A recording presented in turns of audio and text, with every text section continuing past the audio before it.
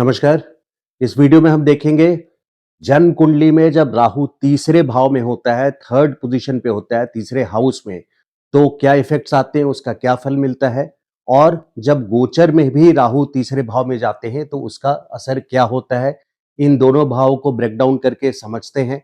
इन दोनों पोजीशंस को, राहु के गोचर को तीसरे भाव से और जन्म कुंडली में जब राहु तीसरे भाव में किसी के जन्म कुंडली में होता है तो देखिए तीसरा भाव राहु का बेस्ट पोजीशंस में से है। यहाँ पे तीसरे भाव में, छठे भाव में, 10वें भाव में और 11वें भाव में ये पोजीशंस यानी ये घर राहु को बहुत सूट करता है। यहाँ पे राहु की पोजीशंस पावरफुल होती हैं, अच्छे फल देते हैं और यहाँ तक कि 9th हाउस में भी भाग की वृद्धि करता है। तो 9th को भी कंसिडर करते हैं कि राहु आपकी किस्मत को अच्छा करता है, स्ट्रांग करता है। तो अभी तीसरे भाव की बात कर रहे हैं। जन्म कुंडली में जब किसी के तीसरे भाव में होता है तो राहु की बेस्ट पोजीशन है यहाँ पे, क्योंकि हम यहाँ भाई बहनों के लिए भी देखते हैं। तो भाई बहनों से संबंधित कोई कंफ्यूजन पैदा करता है और पूरे लाइफ टाइम रखता है।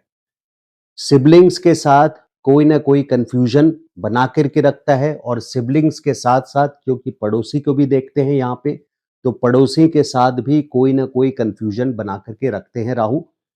यहाँ पे सिबलिंग्स यानी आपके भाई बहन आपकी पोजीशन से फाइनेंशियली स्पीकिंग, प्रैक्टिकली जो सक्सेसफुल लोगों में से गिनती होती है, तो आपकी पोजीशन से बेटर पोजीशन पे आपके सिबलिंग्स होते हैं।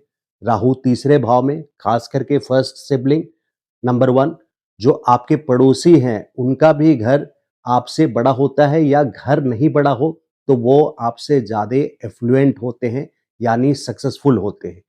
लेकिन आपको इनसे बेनिफिट भी मिलता है, यानी इनसे फ़ायदा भी मिलता है अपने भाई या बहन से जो पहले हो, खास करके पहला भाई हो या पहली बहन हो, उनसे खास करके, क्योंकि भाई बहन का भी स्थान है ये तीसरा भाव।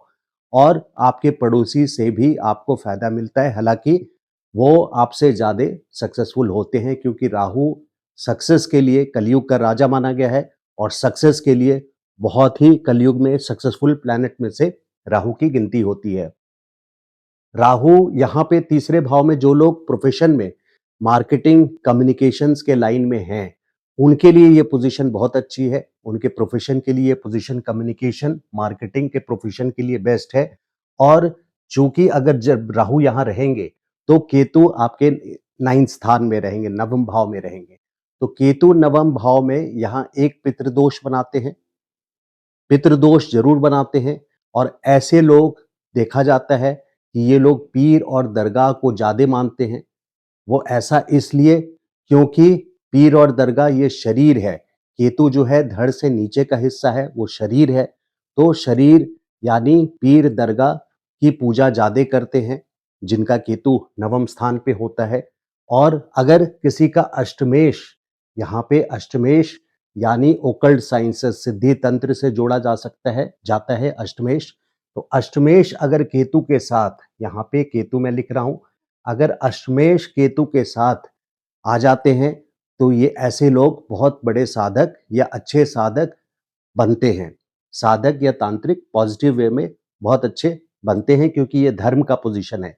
देखिए धर्म में और स्पिरिचुअलिज्म में जो फर्क है, जो बृहस्पति में और केतु में वही फर्क है। बृहस्पति वेदों का, चारों वेद का ज्ञान है और स्पिरिचुअल लर्निंग जो होती है, जो इंटेलिजेंस होता है, जो बुद्धि होती है, जिससे आप ऊपर वाले से जुड़ते हैं। ऊपर वाले से मेरा मतलब है भगवान से जिससे जुड़ते हैं, आप प्रार्थना में जैसे संबंध बनाते हैं अपने ईश्वर से, वो केतु है। तो उसका केतु का प्रतीक है वो। और बृहस्पति नवम भाव के कालपुरुष कुंडली में स्वामी हैं, नवम भाव के, धर्म भाव के, तो ज्ञान रखने वाले यानी चारों वेदों का ज्ञाता माने जाते हैं। तो यहाँ पे वापस आते हैं टॉपिक पे कि अष्टमेश अगर केतु के साथ नवम भाव में हो तो ऐसा व्यक्ति साधक, बहुत अच्छा साधक होता है। तो तीसरे भाव में राहु की position one of the best है और पितृदोष यहाँ बनाता है केतु। लेकिन अगर पितृदोष को आपको हैंडल करना है, उसकी रेमेडी क्या है? उसकी रेमेडी है विष्णु सहस्त्रनाम। राहु केतु के लिए सबसे अच्छी रेमेडी जो है वो विष्णु सहस्त्रनाम। आप यूट्यूब पे सर्च कर सकते हैं विष्णु सहस्त्रनाम और उसका जाप आप नियमित तौर पे करें अगर नवम स्थान पे, क्योंकि भाग्य में कमी लाता है। यहाँ भाग्य में दोष भी लाता है केतु, क्योंकि देखिए अध्यात्म और पैसा दोनों एक साथ नहीं चलता। Spiritual gain, material loss, material gain, spiritual loss, ये एक थ्योरी है जिसमें आप डीप में जाएँगे ज्योतिष में तो वो समझ में आता है।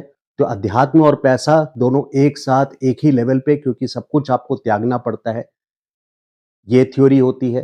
तो अष्टमेश के साथ जब यहाँ केतु रहते हैं, तो वो साधक बहुत अच्छा होता है और किसी को पितृदोष यहाँ हटाना है, भाग्य की कमी अगर हटानी है उसमें, उसकी रेमेडी करनी है, तो विष्णु सहस्रनाम का जाप करना बहुत इम्पोर्टेंट हो जाता है नियमित तौर पे। सबसे अच्छी रेमेडी इसकी ये होती है। अगर किसी का चतुर्थेश यानी चौथे भाव का स्वामी तीसरे भाव में राहु के साथ बैठ जाए, तो ऐसा व्यक्ति अपने जीवन काल में प्रॉपर्टी को लेकर के कहीं न कहीं कन्फ्यूजन में रहता है।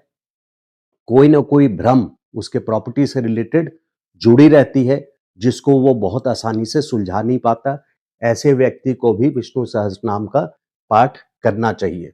तीसरे स्थान का राहु यानी आपके छठे स्थान से, छठा स्थान दुश्मन का होता है, तो छठे स्थान से 10वां स्थान है, जिसके कारण आपको अपने दुश्मनों के ऊपर विजय प्राप्त होता है। यानी आप दुश्मनों पे हावी रहते हैं और दुश्मन आपसे जीत नहीं सकते हैं। तो ये थे कुछ पॉइंट्स। तीसरे भाव में राहु का क्या फल होता है? गोचर में जब राहु जाते हैं तीसरे भाव में, ये बहुत अच्छा रिजल्ट देते हैं।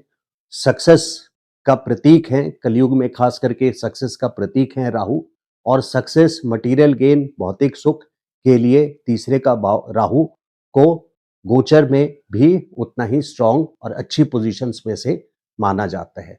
तो ये था वीडियो, तीसरे भाव में राहु का असर क्या होता है गोचर में और जन्म कुंडली में। Thank you so much. नमस्कार।